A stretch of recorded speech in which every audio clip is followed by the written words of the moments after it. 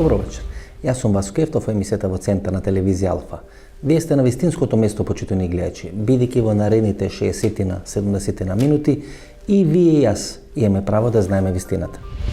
Изминатите неколку месеци имав неколку не само одлични, туку и суштински интервјуа. Во тие интервјуа беа кажани многу големи и многу битни работи не само за Македонија, туку за целиот овој регион.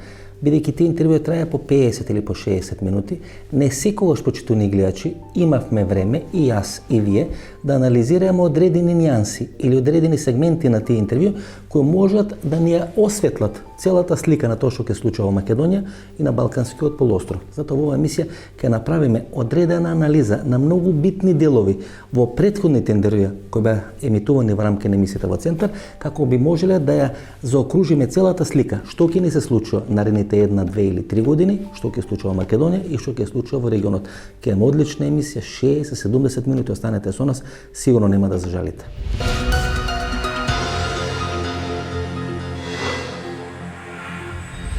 До пред неколку месеци не постоеше бегалска криза, не постоеа мигранти, не постоеше опасност од мигранти од бегалска криза. Тоа бе све теорија на заговори. Тоа што го говорам со Југослав Петрушич беше теорија на заговор. Меѓутоа пред 5 дена министерот за одбрана, госпоѓата Радмила Шекеринска, вели Македонија е подготвена да се справи со нова бегалска криза. Ако нема бегалци и ако нема мигранти, како може Македонија да се справи со нова бегалска криза? Значи мигранти имало, мигранти постоеле. Тоа не било ниту измислица на Васко Ефтов, ниту биле теории на заговори. Сега, значи, имаме прв пат официјална потврда дека мигранти и мигрантска и бегалска криза има и ќе може да има во Република Македонија и на Балканскиот полуостров. Господине Петрушич, кога ние говоревме за мигрантски кризи пред 2 години, кога говоревме за хибридна нација, за хибридна држава Македонија, многумина со скепса глеdaa на тоа. И ние денес сме сведоци како се формира една нова хибридна држава, една нова хибридна нација, која се откажува од својата историја пред 1944 година, по име на упатство на ЮСАИД, дека во Северна Македонија како треба да се однесува околу прием на бегалци или на мигранти, дека треба да има кампови, дека треба да им се обезбеди лекарски преглед, дека треба да им се обезбеди привремен престој и сместување, дека може да им се обезбеди и работа за 1 или за 2 години, а подоцна и за трајно останување на територија на Северна Македонија. Ова е од ЮСАИД, значи од Американската амбасада. Овој упатство излезало некаде пред 2 недели. Значи, тоа што ние го говоревме, дека во Македонија ќе престои период на населување на мигранти, кои ќе треба да останат трајно на територијата на Македонија, сега се реализира во пракса. Па да би могли брзо да делују, jer njima je време непријател. На овим територијама на Балканот да би деловали и да би узурпирали све што ми поседуваме историски и зашто смо везани кои луѓи, зашто би се борили, они морају што хитнije да нас окупирају, да имамо страх. Страх ќе владати ако изврши терористички акции, ако нам што више убаце луѓи кои нису са наших територија и кои немају нашу културу. Ми немамо проблем од турака. Како луѓи кажу до Османлија, ми сме исти народ. Исто размишљамо, ми никад не сме имали проблем с турцима, иако сме били окупирани. Ми имамо проблем са арапима. Ми немамо проблем са турском. То желим свима да кажем. А они хоće да нас посваđaju danas sa Турском, која нам била едина брана, да нам не доđu Арапи код нас. Сериозна ли опасноста мигранти да се населуваат на територија на Македонија? Они су населени, само их ви не видите. Они се веќе тука. Не, они су населени, али ви их Значи, не видите. ова е само легализација на една ситуација која веќе постои, тоа сака да кажете. Они прво за njih припреме послове, куќе, поставе све и онда их само доведу. Они у едном дану могу да доведу, кад кажем у едном дану, за месец дана могу да населе лjude где god hoće и kad god hoće. To se dešava sad polako sa obalama Grčke. Zato su izazvali toliku krizu. Знаете зашто ќе има нова бегалска или мигрантска криза, почитувани гледачи? Бидејќи некој реши од Западот да се меша во изборите во Турција. Некој од Западот реши пред 2 и пред 3 недели да се меша во изборите во Турција. Таму Ердоган убедливо победи со 51-52% од освоените гласови, меѓутоа ги изгуби големите градови, тоа Измир, тоа Анкара и тоа Истанбул. Како одговор на тоа западно мешање во внатрешните избори во Турција, Ердоган ја трга браната и ја ослободува или го ослободува тоа стампедо на бегалци и мигранти кои може да ја преплават Европа. На тој начин Ердоган сега ја има или го има во своји раце клучот на изборите, евроизборите во Западна Европа. Ако отвори врата бегалците и мигрантите да ја преплават Западна Европа, тогаш тој де факто ќе влие врз изборните резултати во Унгарија, во Словенија, во Хрватска, во Австрија и во Германија. Односно ќе овозможи десниот брал на политички партии да има свое доминантно влијание во новиот Европарламент. Значи, мешајќи се во внатрешните работи на Турција, влијајќи Ердоган да ги изгуби големите градови како што Измир, Анкара и посебно Истанбул, тие всушност се отворија вратата, мечката да заигра пред нивни порти. Затоа имаме нов бегалски бран, затоа имаме нова мигрантска криза. Ердоган ги отвори вратите. Тоа отварање на вратите, значи победа на десните конзервативни партии на евроизборите во Европа. Знаете што случува во Франција? Во рок од 2 години два сериозни обиди за дестабилизација на Франција. Пред 2 години бе онија серија на терористички акции. Sve to organizovano da Francuska. To je sve organizovano. И сега овие жолти елеци. Steve Bannon je iza toga. Trumpov kobojagi neprijatelj koji je rešio da u maju iduće godine na vlast dođu nacionalisti i da se napravi Evropa nacija, kako je govorio De Gaulle. Pošto treba da se dogodi u maju, da se pravi Evropa nacija, onda treba da se dovede i u Francuskoj neki novi De Gaulle. Sad što vam ja kažem, ko mislim da je francuski novi De Gaulle? To je Pierre de Villiers, bivši načelnik francuske armije, vrhunski oficir koji je čak bio i u Bosni ovde. Taj čovjek je podneo ostavku ovome malo Macronu kada je ovaj smanjio budžet francuske vojske za 30%. On je napisao pismo i rekao da podnosi ostavku. Kad je podneo ostavku, ceo oficirski kor, kako li se kaže, je aplaudirao njemu. Izuzetno poštovan. Izuzetno poštovan. Znači, velika verovatnoća da će on da bude novi francuski De Gaulle, a da će se praviti Evropa nacija, kao što je rekao De Gaulle. Kockice se polako slažu, Steve Bannon to radi. Steve Bannon беше главен стратег. Glavni strateg Bannon. Nadvaganje na Trump na vlast u Americi. Poreklo mirac, katolik i čovjek koji ima novca i koji nije Sorošev igrač, koji je veliki protivnik Soroša.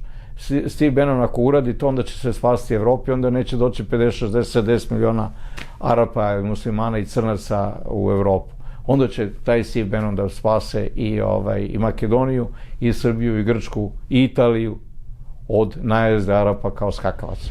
Илија Радмила Шекеринска, број 2. Прв пат, висок представник или близок функционер политички до структурите на Сорос не отврла можноста да се расчистува со структурите на ФЕТО. Фетула Гюлен е всушност муслиманскиот Сорос. Радмила Шекеринска пред 5 или пред 6 дена не отврли можноста дека одредени структури на ФЕТО може да бидат дистрибуирани надвор од територијата на Република Македонија.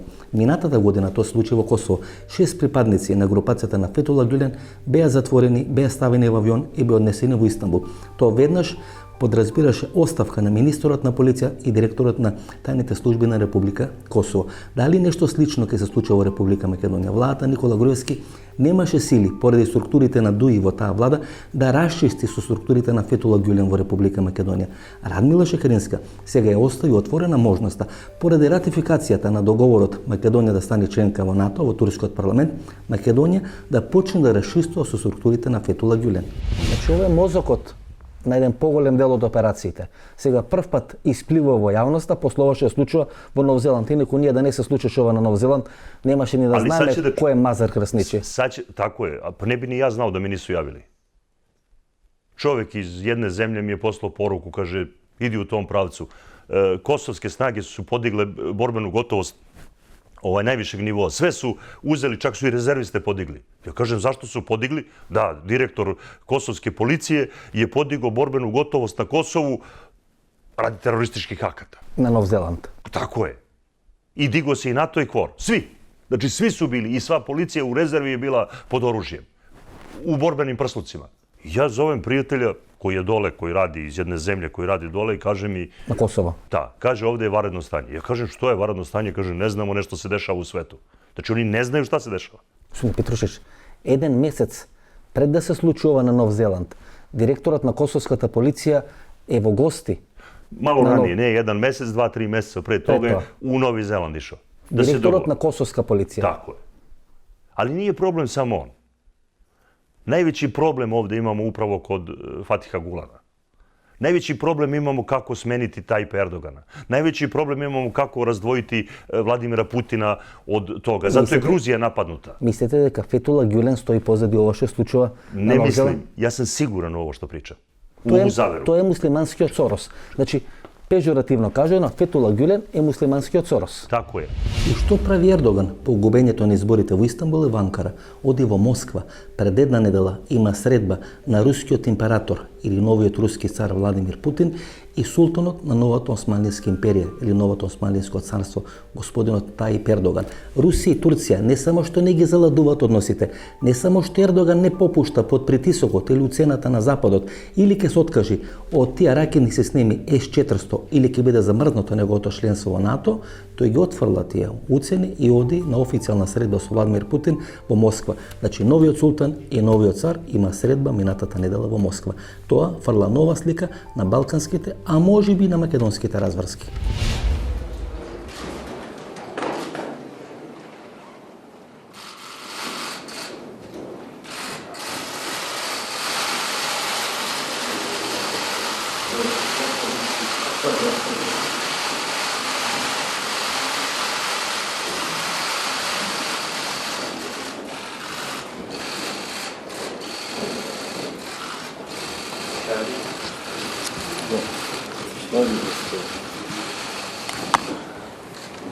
Добрый день.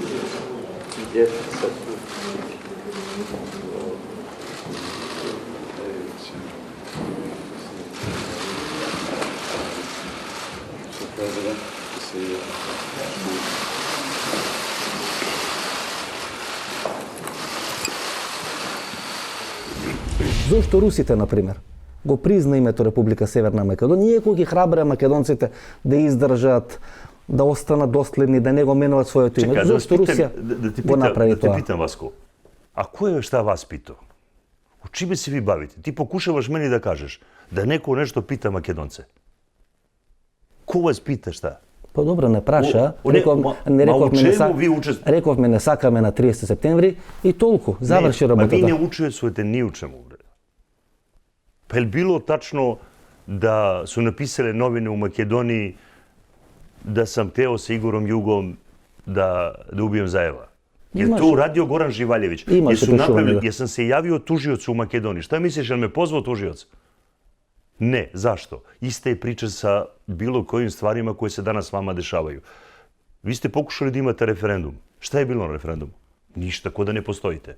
Šta je bilo dalje kad ste pravili ostale stvari vezane za državu? Ko je vaš šta pitao? Ne vas. Čitavu ovu teritoriju. За да ги разберем идните балкански разврски, почитувани гледачи, официјален Белград и официјална Србија испраќаат сигнали дека се подготвени да влезат во процес на преговори околу поделба на Косово. Дури тие преговори биле стигнати до одредена напредна фаза. На маса ставени биле карти.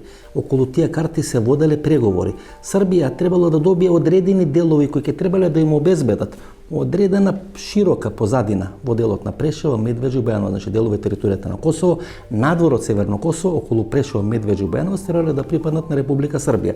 Требало да припадне Северно Косово и одредени енклави кај што се српските манастири на територијата на Косово. Албанската страна наводно дала согласност за таквиот план на ново прекројување на Косово и на Балканскиот полуостров. Во последен момент албанците се повлекоа.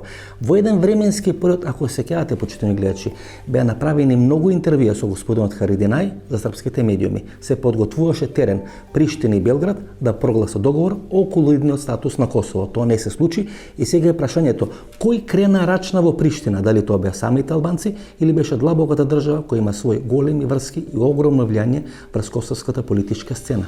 Ja ne mogu da tvrdim da je Kačanik Srbija, jer Kačanik je jedno mesto na Kosovu i Metohiji gde imate najviše boraca ISIS po glavi stanovnika.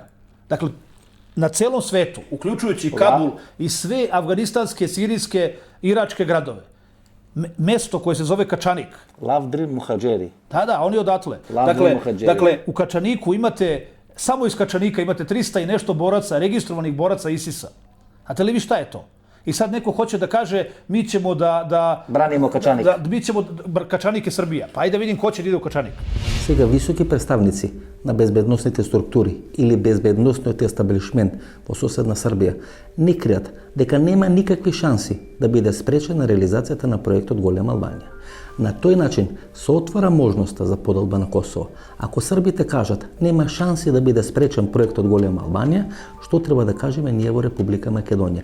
Ако Србија и Косово се договорат околу поделба на Косово, прашањето е како и за што ќе преговара Република Македонија? Од што може да се брани Република Македонија и што може да и се случи на Република Македонија? анализиран или теоријата и тезата дека треба да правиме Европска унија на Балканскиот полуостров, тоа ќе значи дека ќе паднат сите граници. Дури Зоран Заев го поздрави паѓањето на границите помеѓу Косово и Албанија и помеѓу Македонија и Албанија, што се најавува како следна фаза. Тоа значи дека ние ќе имаме на комплетна албанизација на целиот овој регион. Ono što trebate da znate, ja ne mogu da poznam toliko dobro situaciju u Makedoniji kao vi koji tamo živite i bavite se time, ali generalno baviti se geopolitikom preko 35 godina... Поладна глава може тоа да огледате, бидејќи од страна го Mogu da гледате. vam kažem ono što sagledam kao celinu. Mi smo trenutno u fokusu delovanja tih velikoalbanskih aspiracija i nekih zapadnih zemalja. Mislim da su vodeće zapadne zemlje čvrsto rešile da se formira Velika Albanija. Мислите? Mislim. Da to bude kontrateg, kontrateža.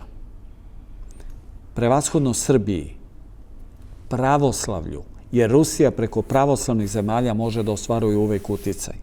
Тие тоа го нарекува дека е пропуштена шанса после Балканските војни и Лондонската конференција 1913 година да бидат формирани 4 подеднакво силни држави на Балканот: Бугарија, Грција, Србија и голема Албанија. Тука место за Македонија нема.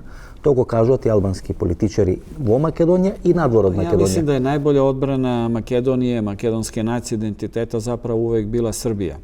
Dobro, to neki nisu razumeli, ali dan danas mislim da smo mi ti koji najupornije branimo. Па и многу луѓе во Србија работеа против тоа. Текот на 90-тите години.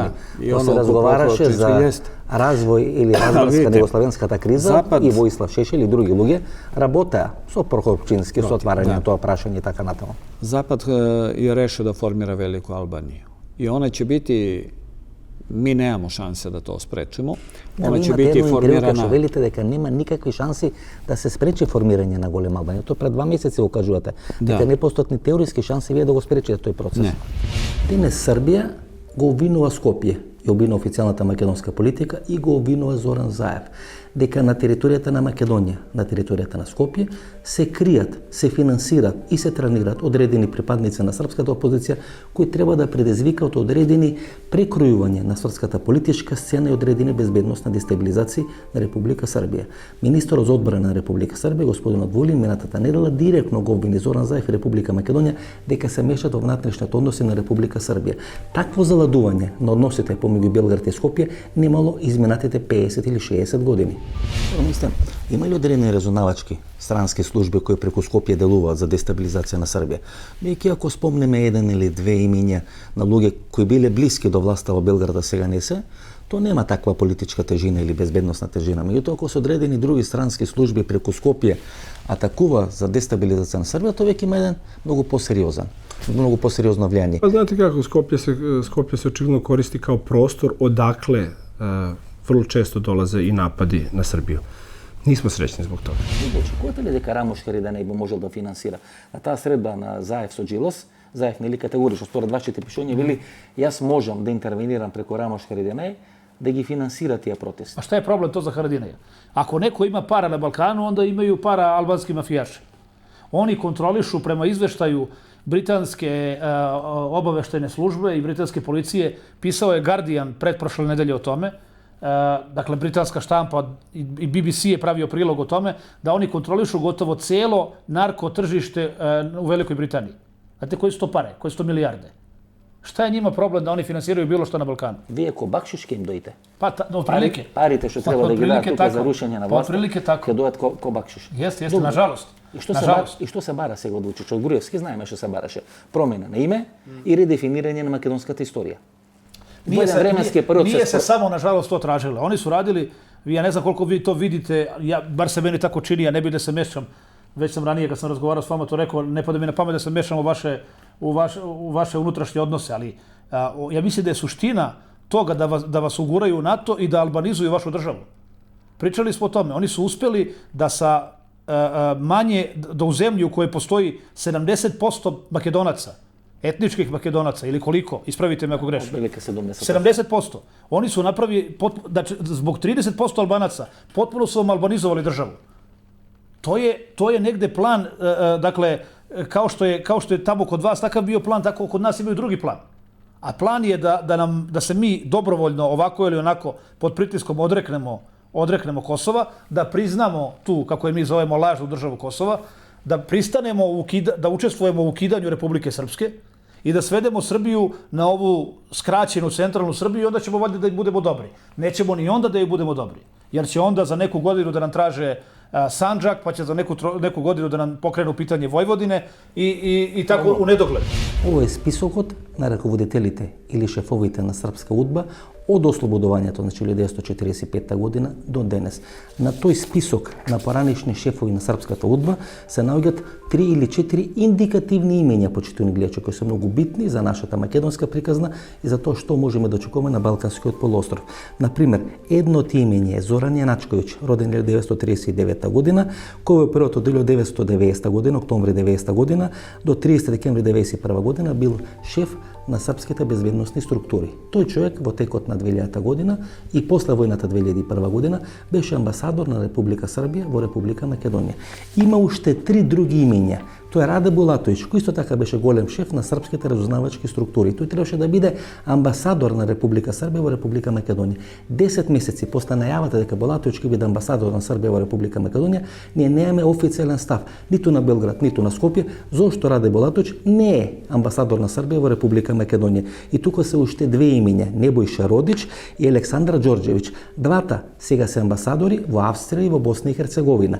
Тие беа во пакет предложени од Српското Министерство за надвршни работи или беа пуштени во јавноста како можни амбасадори во Република Македонија, во Босна и Херцеговина и во Република Австрија. Двајца од нив се веќе амбасадори, не е само Раде Булатовиќ. Дали тоа официјално Скопје не го прифаќа Раде Булатовиќ, поранешно шеф на БИА или на српските безбедносно разузнавачки структури, да биде амбасадор во Република Македонија? Ако одговорот е позитивен, тоа значи ново дополнително заладување на односите помеѓу Белград и Скопје. Ова е некаде летото минатата година.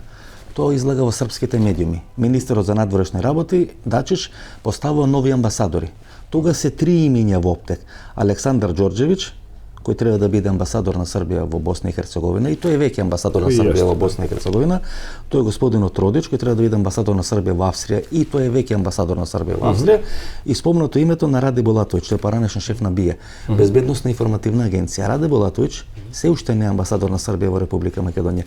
Имате ли дипломатски отворени односи со Скопје, бидејќи ако од 3 амбасадори кои се спомнато и во Информер, спомнато и во Курир, спомнато и во сите медиуми, дури порталот Плюс Инфо во Република Македонија ја пренесува таа информација.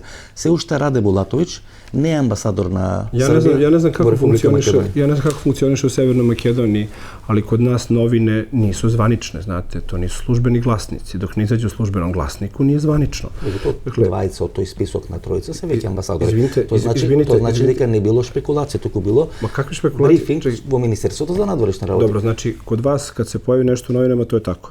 Го има ли Скопје одбиено Раде Булатовиќ да биде амбасадор на Србија во Република Македонија? Zašto bi bilo ko šta? Ja vas pitam, a kako vi znate da smo mi poslali Radeta Bulatovića u Skoplje? Na osnovu čega? Не беше демантирано, господине министре. Jel vi čitate samo novine ili se pitate? Јас мислам дека Раде Булатовиќ е многу сериозен човек, поранешен шеф на БИА, Безбедносна информативна агенција. Vi sve znate bolje, pa onda bez veze da pričate sa mnom. Što pričate sa mnom kad vi znate bolje od mene? Pa ja vam samo kažem da ne možete na osnovu novina da pravite politiku. Dakle, to morate pitati naše spoljne poslove. Nije to nešto što je posao Ministarstva odbrane. Почитувани гледачи, Република Македонија ги подобрува или ги затоплува своите односи со сите соседи, со Косово, со Република Албанија. Дозволува дури Тиранската платформа да биде основа за формирање на македонската влада со Република Грција или тој договорот на ивице, со кој де факто македонците признаваат дека се нација која е формирана после 1944 година и се откажуваат од македонците во Егејска Македонија и договорот со Бугарија. Единствено со Србија, Зоран Заев и македонската влада ги заладуваат односите. И тука се поставува клучно прашањето. На што се должи тој факт и таа политичко-безбедносна проценка Зоран Заев да ги залади своите односи со официјален Белград? Зоран Заев и структурите околу Зоран Заев го обвинува Белград дека можеби стои за тие немили настани на 27 април во македонскиот парламент. Јас велам, кога станува збор за 27 април, нема ни невини, нема ни целосно виновни. Сите се подеднакво и невини и виновни. Значи нема разузнавачка структура од Балканот и големите разузнавачки служби во светот светот, кој не учествува во реализацијата на тоа што се случи на 27 април. На 27 април ми се чини дека договорно сите помогна Зоран Заев да дојде на власт и да биде решено прашањето на името во Република Македонија. Поради што е Македонија толку битна? Па не Македонија, пролаз. Ние, например, ко македонци имаме така едно скромно мислење за нас. Мислиме дека сме многу небитни. Дека не гледаме каде е нашата улога во таа светска политика. Меѓутоа, гледате, 20 амбасадори на Америка во Македонија, значи не во Црна Гора, не во Бугарија, не во Србија, не во Хрватска, не во Словенија, направија брилјантни кариери. Едниот е Кристофер Хил, кој на крај завршува како медиатор во тој корејски проблем, и вториот е Филип Рикер, кој доаѓа на местото на Викторија Нуланд. Значи, амбасадори на Америка од Македонија прават брилјантни кариери. Не од Србија, не од Хрватска. Тоа значи дека американците ја имаат Македонија како стратешка точка. Во што е суштината на тоа македонско прашање? Ајмо проблем да погледаме овако. Слажем се со тобом. Изучавајќи читаву причу везано за територија на којма се ми налазимо и за луѓе кои што Вилијам Вокер, Мелдин Орбрайт, Кристофер Хил, шта мислиш ако они потичу sa наших територија? Шта мислиш ако они имају везу sa нашим територијама? А имаат ли? По мене имају. И за Мелдин Орбрайт сам сигуран. Каква? Па да потиче из неких структура кои се одавде sa Балкана. И да су njeni прапредци живели овде на Балкану. Добро, за поранешниот директор на ЦИА, која прави Тиранската платформа, имавме сознание дека има албанско потекло. Да, али која друга сила би могла да објасни да све границе на Балкану треба да паднат? Ово е нова Европска унија. Дали ко види да се на Балкану прави нова Европска унија? И тражи се лидер. Кој ќе да биде лидер на Балкану? Ако го трниме настара на 27 април, уште еднаш, а тоа беше 99 година, односите помеѓу Србија и Република Македонија или официјален Белград и официјално Скопје беа донесени на најниска можна точка. Тогашниот министар за внатрешни работи Павле Трајанов ги обвини српските разузнавачки структури дека учествувале во палењето на американската амбасада во Скопје 1999 година, само 10 дена после почнувањето на НАТО интервенцијата на тогашна СР Југославија. Не откривме нели што правил Стево Пендаровски до 98 година. Не, и тука и ВМРО ДПМН е Стево Пендаровски, ја не знам, те чекам да почне за ДПМН. Почнав јас, веќе сум спремен, нели тоа не може се одеднаш. 98 година ВМРО ДПМН и ДЕА на Васил Тупурковски победуваат на изборите и ја формираат владата на промените. Министар во таа влада на промени е Павле Трајанов. Така е. Како заеднички кандидат на ВМРО ДПМН и на партијата ДЕА. Така е. Помошник министар на аналитика на Павле Трајанов е Стево Пендаровски. Да. 99 година, кога се случи упадот или палењето на амбасадата, палењето на американската амбасада, Стево Пендаровски е помошник министар на аналитика. Да. И сега може шеф на изборен штаб да му биде човекот кој палеше амбасадата. Као што Миле Зечевиќ учествуваше у палење на амбасада, денеска Миле Зечевиќ американец. Во функција на америчкиот проект бришење на македонскиот народ. До сега ги анализиравме односите помеѓу Скопје и помеѓу Белград. Сега ќе анализираме таа состојба во односите помеѓу Бугарија и Република Македонија. После губењето на првата и втората Балканска војна, Бугарија на некој начин се инхибираше од водење на своја балканска политика. Значи, после 1912-1913 година, Бугарија безмалку не учествуваше во балканските разврски. Учествуваше во првата и во втората светска војна како хипотека или на некој начин како срам за изгубените две балкански војни. Влезе и во првата и во втората светска војна, беше на погрешната страна, сакаше да добие Македонија, делови на Јужна Србија и делови на Грција, односно делот на Кавала, кој мисли дека природно им припаѓа во тој дел на Тракија или Одринскиот дел, и Бугарија ги изгуби и првата и втората светска војна, како што ги изгуби првата и втората балканска војна. Значи, некаде 100 години бугарите беа инхибирани од водење на своја балканска политика. Се до пред една година, кога Бојко Борисов и Зоран Заев го потпишаа договорот за нови билатерални односи помеѓу Скопје и помеѓу Софија. Тоа може би да значи враќање на Бугарија на голема врата на балканската политичка сцена. Меѓутоа, мене ми се чини дека овој пат бугарите ќе направат лоша проценка, ќе направат лоша стратегија и повторно ќе бидат на таа губитничка страна во балканската политичка разврска. Прва балканска војна, втора балканска војна, прва светска војна, втора светска војна. Бугарите ги губат сите војни. Јесте. Токму поради таа криза на идентитетот. Јесте. И тоа не сака да си го признаат. И таа криза на идентитетот што постои кај нив се обидуваат како црн петко, како ѓавол да ни пренесат нас, македонците, дека ние имаме криза на идентитетот, а не бугарите. Може би македонците да имат криза на идентитетот, но сигурно таа криза не е така драматична кој што е бугарската криза. Немам утисак да македонци имају кризу идентитета. Македонци се нација која е створена природним путем jer su se našli u tampon zoni nacionalizama koje je zapravo od njih formirala kao posebnu nacionalnu samopripadnost. Dakle, Makedonci su nacija koja je formirana prirodnim tokom i dovoditi to u pitanje bilo bi besmisleno. Bugari imaju također jedan problem koji njih jako frustrira, a to je što su Makedonci kulturološki oblikovani kao Jugosloveni i zbog toga vide Beograd mnogo bližim nego Sofiju. Ako pogledate, Makedonci navijaju dan danas za Zvezdu ili Partizan ili prenavijaju za reprezentaciju Srbije kad ne igra Makedonija nego za Bugarsku. Pitanje je da li ima neko ko navija tamo za Bugarsku. Kada dolaze ove muzičke zvezde i ansambli iz Srbije ili drugih delova bivše Jugoslavije, koncerti su rasprodati često. Kad dolazi neko iz Bugarske, onda moraju dele karte po školama da bi imali makar neku posvećenost. Oni su izgubili trku za Makedoniju, osim ukoliko nemaju nameru nasiljem da sprovedu integraciju u Makedoniji, ali time ništa neće dobiti. Jaz postojanно го повторувам тој факт, почитувани гледачи.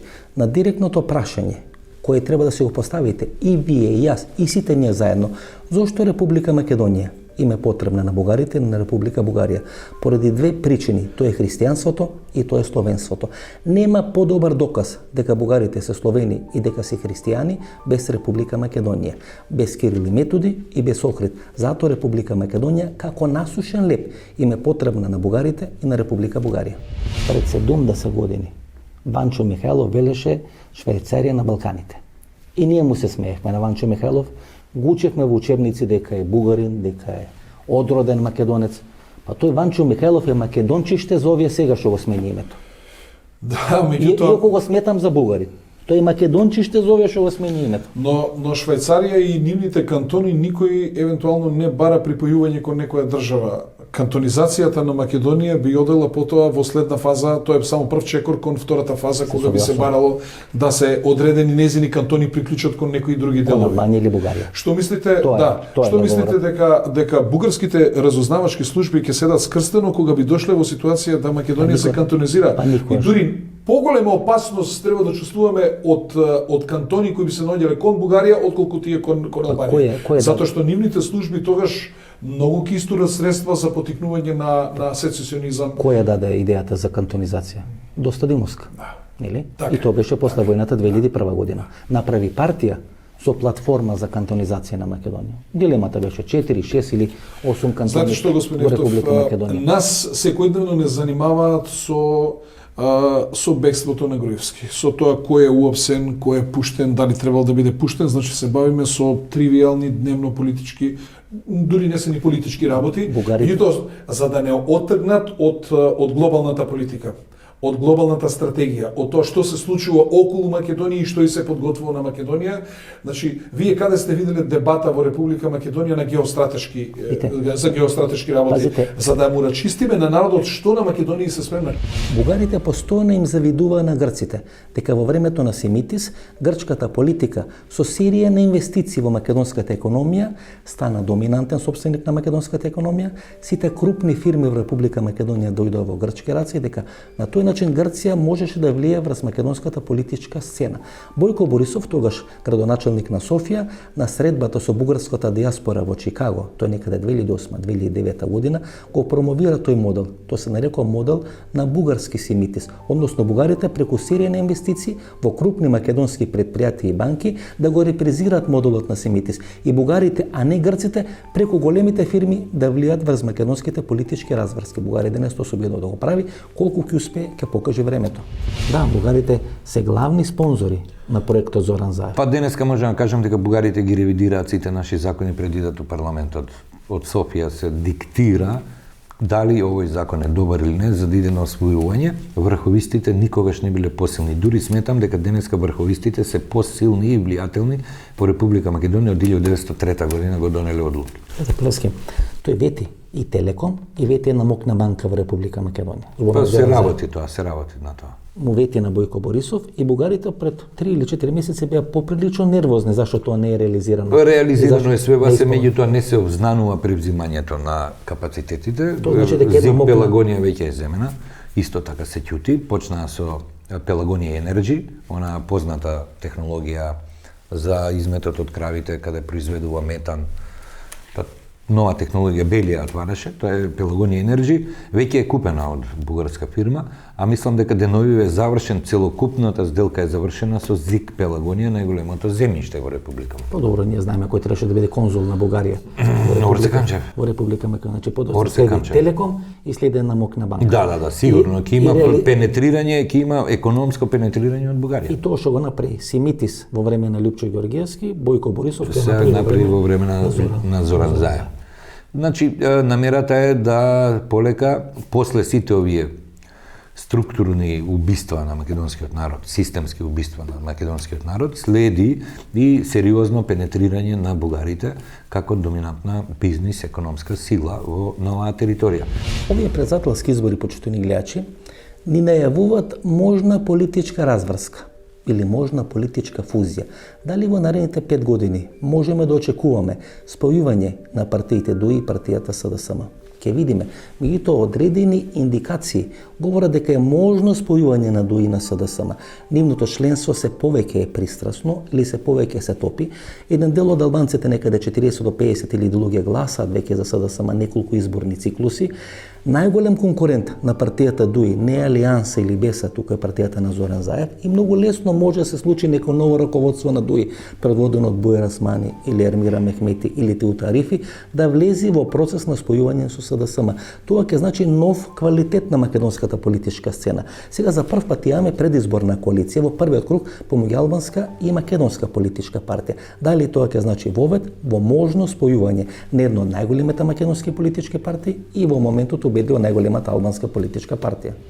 Сакате да кажете дека Али Ахмети во моментот е чувар на телефонот во партијата ДУИ, каде што ќе може да се јави американската амбасада? Да, тоа е улогата на Али Ахмети да биде чувар на телефонот. Чувар на телефонот и едноставно као шофер вози еден автобус со една банда распадната после 12-15 години власт и онаму кај што ќе му каже дека треба да се вози, тамо вози Али Ахмети. Како оној автобусот кото тамо пева. Као да, он е прилика Артан Груби, оној Мишко. Што вика можам да возам и со заврзани очи. Така, Артан Груби е најамбициозен. Значи во моментот дуи вас величи на тој расипан автобусот, така, кото тамо пева. Да, и он се вози во овој момент, како ќе им кажат, така ќе направат, направено. Не, Палевски, мене ми се чини дека во моментот и Зоран Заев и Али Ахмети се во филмот Битка за ранетите. Да, и мислам дека е почеток на едно ново време во кое за да се спасат овие две клептомански банди може да се случи и да се формира и една голема партија од ДУИ и од СДС во спасот нивни. Заедничка. Единствена. Знаете, што по мене најголемо? Теута би била спремна одма, Османи исто така. Тамо не се спремни да работат, лидер да бидат, да имат да, хотелија. Да, или во некакви нови констелации. Има кандидати милион, милион. Тенденцијата е таа да станат една партија. Затоа Стојанче Ангелов беше одбран да биде манекен на тој нов соживот помеѓу македонците и албанците. Стојанче Ангелов, кој македонците го восприма како херој на војната 2001 година и тоа што случуваше во Рачиново, треба да им прости на албанците. Треба да им прости на луѓето кои го ранија 2001 година во Рачиново.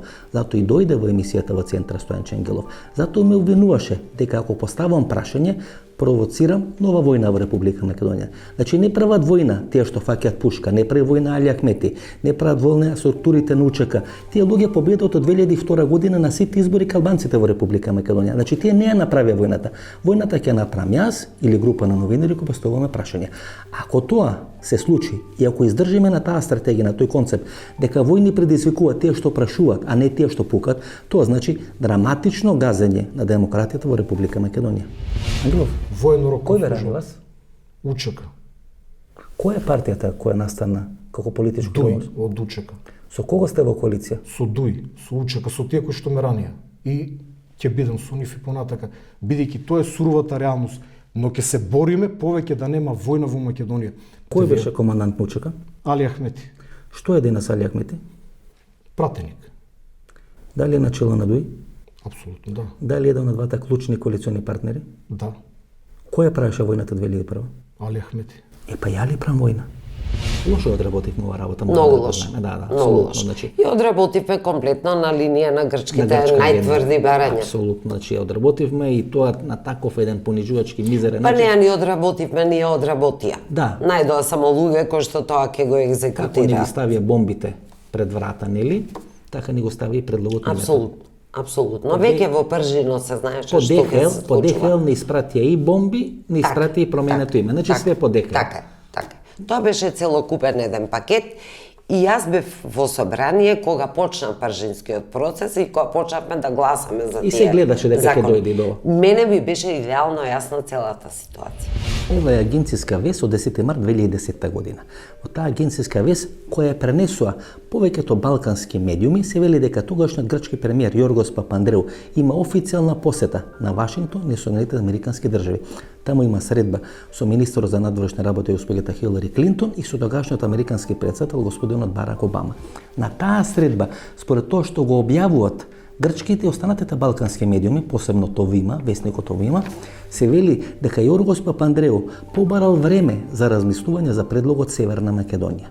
Значи името Северна Македонија и јазикот кој треба да се нарекува северно-македонски, сега тоа не е случај, меѓутоа името Северна Македонија е ставено пред Јоргос Папандреу на 10 март 2010 година. Значи 8 години се чекало тоа име да биде официјално реализирано помеѓу Скопје и Атина. Видете колку е долгорочна таа американска политика, почитувани гледачи. Ништо во Македонија и на Балканот не се случува денес утре. Све си има одреден редослед на потези. Си има одредена стратегија и таа стратегија се реализира до последната точка, до последната запрека. Значи се чекаше на чело на македонската влада да дојде човек кој ќе го прифати името Северна Македонија, бидејќи очигледно грците 2010 година веќе го имаа прифатено тоа име. Дојде Зоран Заев и беше реализиран проектот името на Република Македонија да се смени во Република Северна Македонија. Петушиш, зошто име Северна Македонија? Например, лете, сега дека што има северна, има јужна, кој што има горна, има долна, и то секогаш остава простор за можно обединување. Прашање на година, на деценија или на еден век кога Кореја ќе се обедини, како што се обедини Германија. Ако имате име Северна Македонија, то не значи конечно решено македонско прашање, туку одложено решавање на македонското прашање. Со кој ќе се обедини Македонија, која е Северна Македонија? Македонија е озбиljно угрожена од албанаца по наталитету, по капиталу, по начину живљења, по начину организување. Имате бугаре кој непријатели. Имате албанце кој непријатели. Имате србе кој непријатели. Кад кажем кој непријатели, претензију територијално према вама. Па како мислите да преживите? Чекај, како мисли Македонија да преживи? Она може да преживи само великим силама, затоа е она и отишла и пружила руку Русiji, затоа и пружи Америци, затоа жели да уđe у НАТО. Зашто? Па затоа што ќе ти луѓе штитити. Знаете, почитувани гледачи, кој беше американски амбасадор во Македонија таа 2010 година? Или таа 2010 година, кога официјален Вашингтон и Соединетите американски држави за прв пат пред грчките власти, пред Јоргос Папандреу, го стават на маса името Република Северна Македонија. Тој е господинот Филип Рикер. Господинот Филип Рикер сега е помошник на државниот секретар во Стејт департментот, задолжен за Република Македонија, за Балканскиот полуостров и целата југоисточна Европа. Таа 2010 година господинот Филип Рикер е амбасадор на Америка во Република Македонија. Прави све Никола Груевски да го прифати името Република Северна Македонија. Зимата 2011 година, значи 10 месеци после посетата на Јоргос Папандреу на Вашингтон, во Вашингтон е поканет Никола Груевски, има средби со Џо Бајден, тогаш потпредседател на Соединетите американски држави, и со госпоѓата Хилари Клинтон, министер за надворешни работи. Посетата на Груевски е целосно фијаско и многумина сметат дека од тој момент почнува да паѓа премиерската и политичката кариера на Никола Груевски, кој завршува денес во Будимпешта. Добро, што сакам да кажам? Сакам да кажам дека обојувањето на граѓанската војна во Грција го прави од идеолошки аспект, не од национален аспект. Тоа значи дека македонците во Грција, според Ципрас, така, се словенизирани грци. Тоа ли сакате да кажете? Да, и сакам да кажам дека тој ја задржа целата теорија. Па не се плашите, кажете го тоа. Целата теорија, не, воопшто не се плашам. Значи според Ципрас, македонците во Грција и легејците се словенизирани грци? Според Ципрас, идеологијата на граѓанската војна во Грција беше од комунистички аспекти, не само според Ципрас. Значи... Добро, тоа сака да каже дека луѓето кои му аплаудират на Ципрас, аплаудират на стратегијата и на тезата на грчката мегали идеја дека македонците се словенизирани грци. Во овој момент тоа сакам да го кажам, дека невозможно е да му аплаудирате на Ципрас во своите статуси, Facebook статуси, што сега го гледаме, дека бил многу поразличен од сите останати грчки премиери, а истовремено да бидете наследник на комунистичката идеја на Киро и на Лазо. Идејата на Киро и на Лазо е спротиставена со тоа што сега Ципрас го кажува. И што мислите, господин Мицо, што ќе случи со Македонија? Сега, кратко кажано, за кој сте повеќе оптимист? За Република Македонија или за Република Северна Македонија? За која држава сте повеќе оптимист? Сега, видите, Република Северна Македонија практично не може да постои. Затоа што таа сега е гласано, името е сменето не за да постои Република Северна Македонија, а тоа е направено за да може да биде уништена Македонија со тој дележ. И кога Ципрас и другите викат со Преспанскиот договор, значи се спречува голема Албанија. Точно обратното, со Преспанскиот договор се обезбедува голема Албанија. Така што тоа е точно спротивното. И за да не се обезбеди голема Албанија, еден ден Северна и Јужна Македонија, според грчката стратегија, треба да се обединат. Па тие така велат дека тоа е грчка Македонија. Ова е интервју на генералот Тодор Атанасовски за вестникот Утрински вестник, кај што тој вели дека Македонија е под удар на егеизацијата. И потенцира или го елаборира тој свој став, вели дека Македонија во минатото била под амплитуди или под удар на голема бугарска, на голема српска политика, а сега е под удар на голема егејска политика или егеизација на Република Македонија. Ако србите и бугарите биле окупатори во Република Македонија, а станува збор за народи кои се различни од македонскиот народ, тогаш, значи, според генералот Тодор Атанасовски, егејците се различен народ од македонците во Република Македонија. Односно, егејците, според генералот Тодор Атанасовски, кој е еден од најголемите генерали после Втората светска војна во Република Македонија, човекот кој беше на чело на територијалната одбрана на Република Македонија или Социјалистичка Република Македонија, значи егејците имат извршена окупација врз Република Македонија. Егејците не се македонци, се различни од македонците, бидејќи како би можеле да извршат окупација ко србите и бугарите, ако егејците и македонците се еден исти народ. Во кој град е роден Гоце Делчев? Во село е роден. Добро. Или град можна, се едно. Во кој град е роден Гоце Делчев? Добро, сега може да го скрстите градот. Има луѓе се родија во Велес, во Тито Велес, па сега се во Велес. Така? Не, Иванов. Во кој град е роден Гоце Делчев согласно договорот од Нивице? Не знам што. Па не пишува во договорот во кој град е роден Гоце Делчев. Во договорот тоа го нема. Господин Иванов, вие точно знаете што е Кукуш е роден. Не, во Килкис. Според договорот од Нивици. Во договорот не пишува ни Кукуш ни Килкис. Значи не, ние се обврзуваме дека ќе во договорот не пишува каде е роден Гоце Делчев. Користиме грчките топоними на македонските места. Ко одиме на шопинг во Солун, ние не одиме во Солун. Бугарите одат во Солун, србите одат во Солун, ние одиме во Тесалоники. Кога ќе збориме за Гоце Делчев, бугарите велат дека роден во Кукуш, србите велат дека роден во Кукуш, ние македонците велиме дека роден во Килкис. Нема да те вратат од Грција. Ако ти и на граница прашаш кај одиш во Солун, ако речеш, нема да те вратат, биди сигурен. Тоа е суштината. Да не ги плашиме луѓе за кој прашаш суштината на капитулацијата, што ни се случи со Преспанскиот и со бугарскиот договор. И така лека полека, почитани гледачи, гледате како се реализира грчката стратегија. Грчката стратегија треба да биде реализирана во 2 или во 3 фази. Првата фаза е поделба на регионот Македонија на 2 дела. Хеленски дел кој остана во Грција и словенски дел кој остана во Република Македонија. Со тек на време, врз база на таа грчка стратегија треба да дојде прво до обединување на словенскиот и на хеленскиот дел на македонската територија или на македонското прашање, а подосна така обединет македонски дел, хеленски и словенски, да влезе во конфедерација со Република Грција.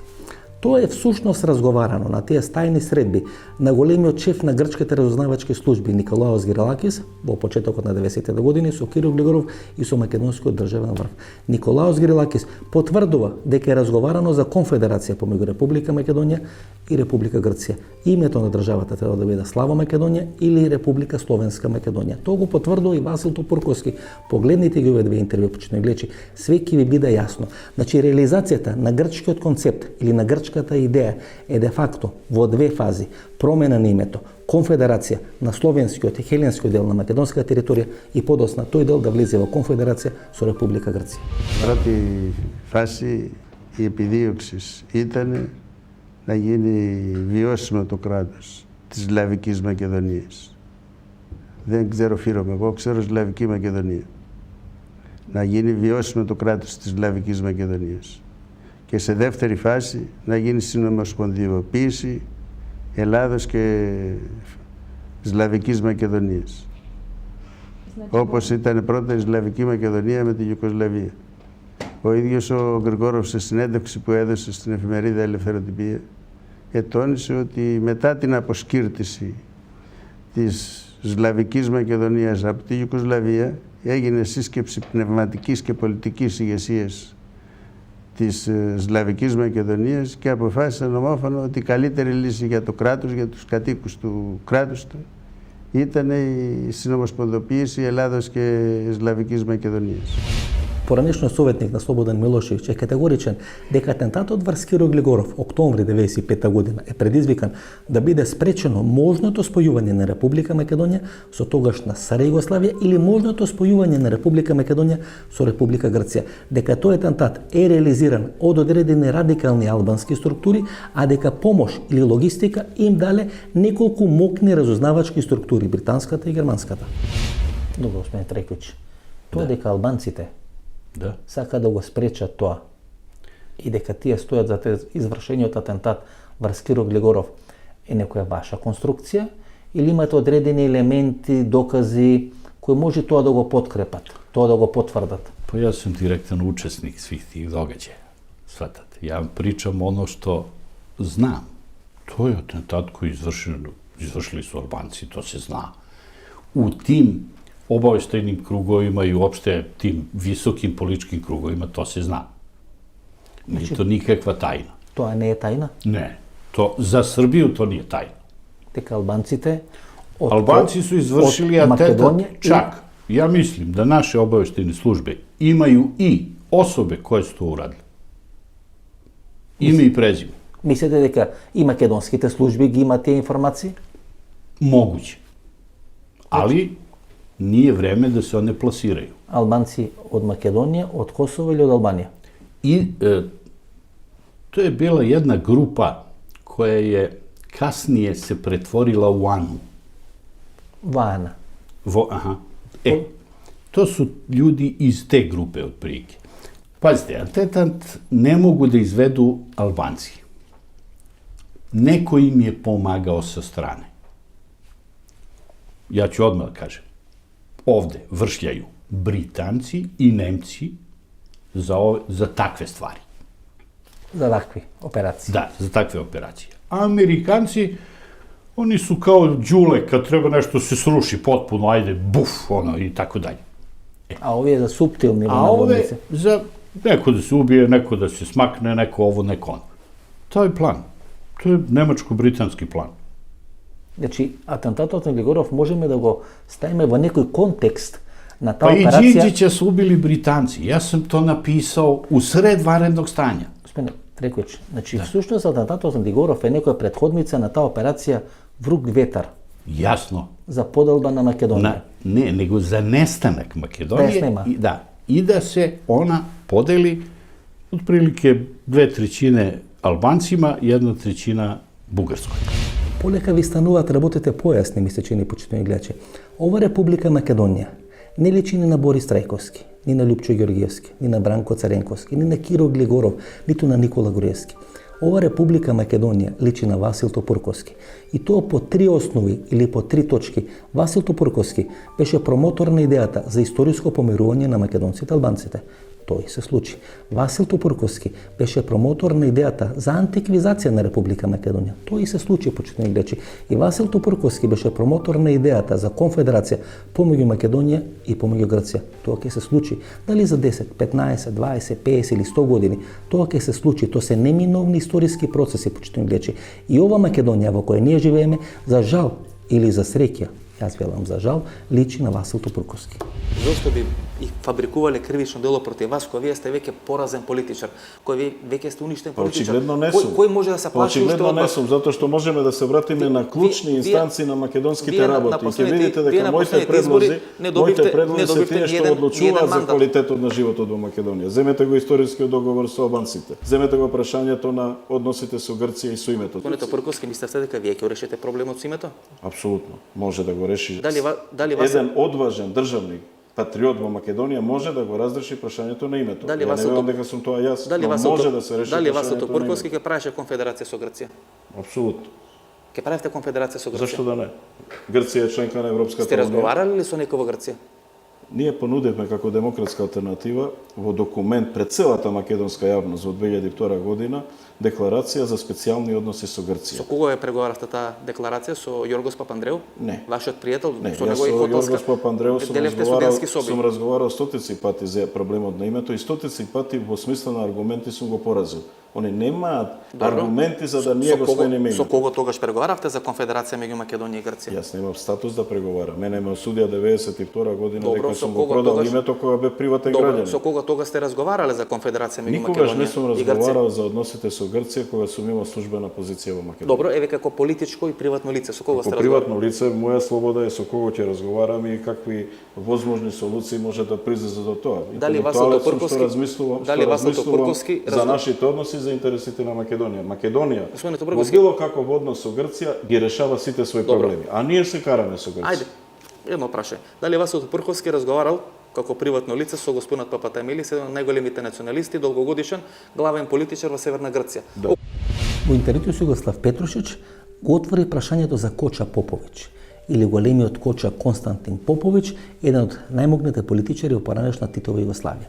Кога ќе прочитате биографијата на Константин Коча Поповиќ, што не гледа, видите дека од 1948 до 1953 година бил началник на генералштабот на поранешна JNA.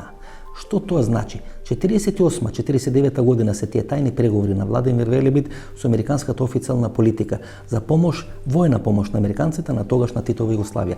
Тогаш Титова Југославија де факто прифаќа да биде дел од НАТО пактот. Тогаш началник на генералштабот на поранешна JNA господинот Коча Поповиќ. Коча Поповиќ 49 година оди во официјална посета на Вашингтон. Пред да води во официјална посета на Вашингтон и на Пентагон, тој е прв началник на генералштаб на една комунистичка држава кој го има посетено Пентагон. Пред да стигне во Вашингтон, тој во Париз има средба со Двајт Ајзенхауер. Во тој временски период, таа 49 година, седиштето на НАТО не е во Брисел, тука во Париз, начело на НАТО во Европа е господинот Двајт Ајзенхауер, кој подосна е председател на Соединетите американски држави. Значи Коча Поповиќ во Париз 49 година има официјална средба со Двајт Ајзенхауер. Врз база на тие договори и на тие разговори на Коча Поповиќ со Ајзенхауер, а подосна во Пентагон, тогаш на Титова Југославија станува де факто членка на НАТО пактот. 53 година во времето на Коча Поповиќ е формиран Балканскиот пакт со седиште во Струмица. Во тој Балкански пакт членуваат Грција, Турција и тогаш на Титова Југославија. Тоа требаше да биде првата брана на Советскиот сојуз и можната советска интервенција или инвазија на Балканскиот полуостров. Тоа е Коча Поповиќ. Тоа е генералската кариера на Коча Поповиќ, почитувани гледачи. Подосна Коча Поповиќ станува министар за надворешни работи. 60-61 година тоа има таа средба со господинот Аверов, министар за надворешни работи на тогашна Република Грција. Тогаш е решено македонското прашање. Тогаш Титова Југославија и Република Грција се договарат македонското прашање да биде ставено под мраз. Архитект на тоа ставање под мраз на македонското прашање е господинот Коча Поповиќ. Мене ми е жал, почитувани гледачи, што многу документи и многу архива кои во процесот на сукцесија македонските власти можеле да ги повлечат од Белград, тоа не го направиле. Бидејќи во тие документи ќе најдеме многу одговори на многу неодговорени прашања кои денес не мачат во Република Македонија. Или до 1976 година Киро Глигоров е председател на собрањето на тогашна СФР Југославија. Од таа функција тој заминува во официјална посета на Атина. Има договор со Јосип Броз Тито да биде отворено македонското прашање. Меѓутоа Киро Глигоров не го отвора македонското прашање. Знаете ли зошто? Бидејќи Киро Глигоров беше близок пријател со господинот Коча Поповиќ. Во договор или под сугестија на Коча Поповиќ, Киро Глигоров не го отвара македонското прашање кога е 1976 година во официјална посета на Атина. Тоа се прашања на кои македонската јавност треба да добие одговор. Јас се надевам дека сегашните македонски власти или некои идни македонски власти ќе пробарат во процесот на сукцесија тие материјали да им бидат доставени на македонските историчари. Во тие материјали ќе најдеме многу одговори. Коча Поповиќ, кој беше долгогодишен министар за надворешни работи на поранешна СФР Југославија, е со потекло од Москополе. Јесте, али шта е проблем? Можете ли да не кажете суштината, бидејќи... Шта е проблем со Кочо Поповиќ? Дали iko од вас зна да е он школован у Швајцарској? Имаше дека и Дали iko зна да се он вратио 1921, а 24 завршио гимназију за 3 години у Србији? Дали iko зна да е он свиро клавир? Дали iko зна да е он отишao у Шпанију као резервни потпоручник Краљевина Југославије? Па шта je on radio? Na dugme pritisko i učio te stvari. Pa kad je došao tamo da ratuje u Španiju, postoje tamo poručnik Pa kad se vratio iz Španije, u Kraljevinu Jugoslavije vojske počeo da radi. Pa iz Kraljevine Jugoslavije rehabilitovali ga komuniste pa ga vratili u komuniste. Pa 1948... I je legendaren komandant na prva proletarska brigada. 1948. ubijaju Arso Jovanovića, komandanta svih snaga Jugoslovenske narodne armije. I stavljaju njega. 1966. skidaju Rankovića, stavljaju njega. Ja ovdje ne pričam o njemu kao Makedoncu, nego kao čoveku iz Moskva polja. Koča Popović go stava pod Nije mraz. Koča, on se zvao Konstantin Popović. Konstantin Popović. On se nije zvao nikad Koča. Знаете зашо ја прашав? Константин Поповиќ и неговиот договор со Аверов го стават под мраз македонското прашање 1960-61 година. Тако е. Изминатите 70 години, почитани гледачи, ние 60 години се каравме со бугарите околу Кирил и Методи. Па подоцна 10 или 11 години се каравме со грците околу античка Македонија. И гледате како ние постојано се каравме со сите и на крај останавме и без античката историја, останавме и без Кирил и Методи. Ние со договорот со Бугарија и со Грција, всушност сме држава или сме нација која настаната 44 година. Ова е едно парче од едно интервју 2011-2012 година со еден од припадниците на македонската диаспора или тоа што јас го нарекувам завиша филм или еден од луѓето блиски на Ѓорги Иванов. Завиша филм всушност требаше да направи отварање на тие клучни прашања од македонската историја, сеење магла во македонската јавност и карање на Македонија со сите своји соседи. Тие структури сега се обидуваат на некој начин да преживат, бидејќи после 12 мај ќе немаат газда и ќе бидат оставени на улици. Значи ова интервју, овие 2 или 3 минути, всушност е дел на тој завиша филм кој се случуваше пред 5 или 6 години во Република Македонија. Јас велам да не правите карикатура од македонштината. Никој не прави Славко карикатура, Манговски, апсолутно. во таа групација ваша диаспорска околу тоа сонце, соработувате со овие локални структури. Пријател близок со Павле Васкополос. А имате ли едно логичко прашање, например, господин Манговски, како може големиот македонист Павле Васкополос да биде вработен во префектура на општина Лери? Да. Нели? Кога гледате како ја вратија грчката амбасадорка за едно спомнување дека Македонија може да е управо, одма цурих назад во Атина, а на големиот Павле Васкополос му дозвола да работи во грчка префектура. Уште нешто, вашиот кум Јоанидис беше ли висок офицер во ОКТА? Апсолутно не, преводач. Значи беше вработен во ОКТА преводач на клучни Не беше вработен, беше по потреба. И за односи со јавноста. Како може таа грчка тоталитарна држава, господин Манговски, да ги толерира тие работи за големи македонисти? Значи вие ги браните грците. Па мене ми има загинато дедо од Грција. Ми има загинато тетка од Грција. Ми има загинато војко од Грција и не ви е срам да ми каже тука дека јас ги бранам Грците. Ми кажувате дека врвни македонски... Ама така ли ќе развивате македонштина? Па крв и крв. Македонштината нема проблем. Па крв и крв. И што треба да ви одговориме? Дека вашата мајка е букарка и дека поради тоа ги развиете овие канцерогени македонски тези? Ова не е фир. Гледате, почитувани гледачи, ако во изминатите 3 или 4 години сите тука на Балканот ловиме руски вештерки, говориме за руско влијание. Всушност, тоа значи дефокусирање. Американскиот интерес е Кина да не биде на Балканскиот полуостров.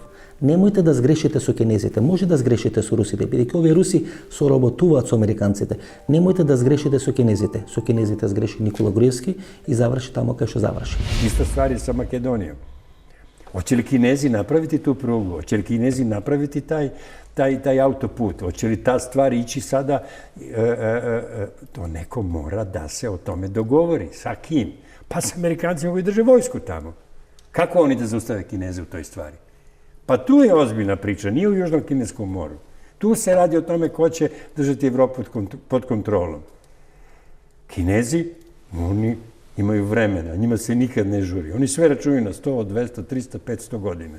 Oni su sada 100 milijardi što su napravili, oni će uložiti u Evropu, daće svakome kome šta treba. Svuda će napraviti, nikome neće postaviti političke uslove, kao u Africi. Ja sam u Namibiji razgovarao sa Semom Nujomom, predsjednika Namibije, on je studirao ovdje u Beogradu, jedan sjajan čovjek, kome tamo prave 1000 problema, ovi sa Harvarda, predsjednici vlade i ostalo. On kaže, Kinezi spasavaju Afriku. Ja kažem, zašto, Sem? Pa kaže, Kinezi spasavaju Afriku zato što daju sve na 50-50, joint venture, dovode svoje ljude, rade tiho, završavaju poslove i ne postavljaju nikakve političke uslove nikome. To se nikad u Africi nije desilo. Prvi put Afrika ima preko puta strance koji je ne kolonizuju, koji gradi infrastrukturu, pomažu, industrializuje, daju je mogućnost da se nahrani i tako dalje, a ne postavljaju političke uslove. A to je politički mnogo jače, snažnije od svih ovih imperijalnih idiotizama koje tamo sprovode i zapadne evropske sile i Amerika i svi ostali. To funkcioniše, to uspeva. I to će isto se dešava u Evropi. To što su Kinezi uradili u Africi i kako su oni sad polako došli do situacije da se oni pitaju tamo na način na koji se više niko ne pita u Africi sem njih, u Crnoj Africi, ovoj podsaharskoj Africi, to će isto se desiti sa Evropom. Nema razlike između njihovog pristupa u Africi i njihovog pristupa u Evropi. Na isti način Kinezi će polako i strpljivo doći do toga da se oni moraju pitati. Jer imaju ekonomsku moć i imaju strpljenje, imaju strategiju jasnu i misle mnogo unapred. Ne misle svake 4 godine kao u Americi kad se menja predstavnik, sad ovo, sad ono. Ne moraju da ostavljaju to kao u Rusiji, pa i u Americi, da vojska koja je konstanta i tajne službe koje su konstanta vode tu politiku, a da se ovi šefovi smenjuju, raspoređuju i tako dalje. Kod Kineza ta stvar je drugačije organizovana. Kod Kineza se to zna unapred, po 10, po 15 godina, ko je sljedeći predsjednik i oni ne mogu da im se suprotstave.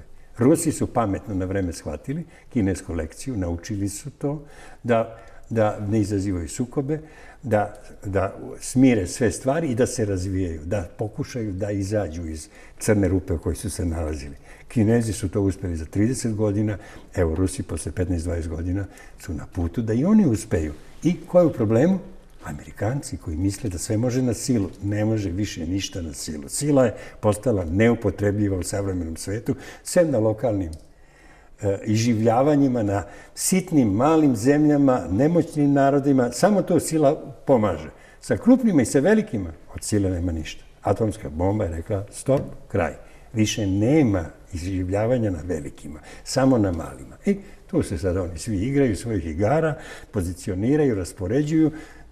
Nadajmo se da će nas u jednom trenutku dovesti u situaciju da se oko nečega dogovore, bar do nivoa da mi možemo svi da živimo, da dišemo, da deca rastu, da ne moraju da odlaze u beli svet, da mogu u svojoj zemlji da žive, da zarađuju, da rađuju decu od Makedonije do svih tih zemalja u nauku.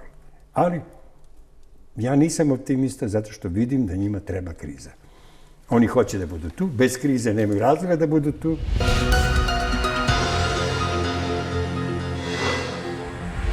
И да не речете, почитани гледачи, дека не сум направил политичка анализа на председателските избори. Кратко, во 1 минута, во 7 точки, ќе анализирам што се случува или што можеме да очекуваме од председателските избори. Под број 1, можна амнистија во Република Македонија. Под број 2, Христијан Мицковски се наметна како лидер на ВМРО-ДПМН. Денес, многу малку од членството на ВМРО-ДПМН говори за Никола Груевски и го прифаќа. Христијан Мицковски постојува председателски избори ко лидер на ВМРО-ДПМН. Како трето, новија председателски избори СДСМ тргна со водство од 120 до 150.000 албански гласови. Ако направите одредена математика, најлошиот резултат на ДУИ на било кој избор од 2002 година е 2016 година или освоено 80.000 албански гласови. Партијата БЕС имаше освоено 50.000 албански гласови, ајде да речеме дека тие се преполовени во тој процес на поделба кој се случуваше во рамки на БЕС, тоа се 20.000 гласови и Мендух Тачи со сите политички слабости тежи некаде околу 20.000 гласови. Гледате, на Мендух Тачи му направија судски процес, го осудија во прва фаза на 3,2 години поради одредени мешања во работата на Државна изборна комисија, се отворија судски процеси против раководството на ДУИ и ДУИ, Мендух Тачи и партијата БЕС ќе мора да ги испорачат 80-20 плюс 20.000 гласови на контото на СДСМ. Значи СДСМ тргнува со стартна предност со 120.000 албански гласови плюс 40 до 50.000 албански гласови кои веќе традиционално гласаа СДСМ. Значи предноста на СДСМ со која тргнува во изборите во Република Македонија, председателските избори, некаде повеќе од 150.000 гласови. Значи ВМРО-ДПМН треба да направи све тие 150.000 гласови да ги компензира во македонскиот политички кампус. Дали ќе успее, ќе видиме, меѓутоа тоа е огромна бројка предност на СДСМ во албански гласови пред структурите на ВМРО-ДПМН. Како четврто во оваа кампања гледаме многу слаб Стево Пендаровски. Овој Стево Пендаровски е многу послаб од Стево Пендаровски 2014 година. Тоа е едното прашање. Второто прашање, ми се чини дека Стево Пендаровски многу доцна почна да се дистанцира од политиката на СДСМ, која ги иритира македонските граѓани, македонските гласачи. Тоа не значи дека Стево Пендаровски не е фаворит на овие председателски избори, меѓутоа ми се чини дека требаше малку порано да почне да се дистанцира од политиката на Зоран Заев и политиката на СДСМ. Како петто Гордана Селјановска ја нема потребната енергија или не испорача потребната енергија да мобилизира поголемо незадоволство од политиката на СДСМ или политиката на Зоран Заев и да го привлече на свој конто. За жал, Гордана Селјановска во овој момент или до оваа фаза на изборната кампања не привлече или не испорача поголема енергија која е неопходна за да може да биде сигурен победник на председателските избори. Како шесто, како што сега стојат работите, очигледно нема да има бојкот ниту од едната, ниту од другата страна во вториот круг на председателските избори. Како што сега стојат работите, потенцирам, ми се чини дека ниту СДСМ, ниту ВМРО-ДПМН нема да влезат во аматура на бојкот на вториот круг на председателските избори, без разлика дали ќе има одредени изборни неправилности и дали ќе бидат задоволни од изборниот резултат. Бидејќи досега ниту една политичка структура не го има бојкотирано вториот круг на председателските избори. 2009 година Љубомир Фрчковски губеше со повеќе од 150.000 гласови и не влегува во процес на бојкотирање на вториот круг на председателските избори. Ми се чини дека ВМРО-ДПМН или СДСМ и сега, иако има голема разлика помеѓу едниот или другиот кандидат, нема да влезат во процес на бојкот на вториот круг на председателските избори без разлика на можни изборни неправилности. И седмо, пред еден месец, точно гледачи, се случува клучната посета на Филип Рикер на Република Македонија, средби, разговори со власта и со опозицијата. После тоа имаме лидерска средба на Зоран Заев и Христијан Мицковски, па имаме лидерски дуел на Зоран Заев и Христијан Мицковски и договарање помеѓу ВМРО-ДПМН и СДСМ околу клучните прашања на Република Македонија. Значи очигледно дека на таа средба со Филип Рикер се дадени одредени ветувања, направен е одреден договор и тој договор сега се почитува и од страна на ВМРО-ДПМН и од страна на СДСМ. И тука некаде е крајот на нашата вечерашна емисија или политичка анализа што ќе се случува во Македонија и околу Македонија. Идната недела нема да има емисија, идната недела ќе биде денот на гласање.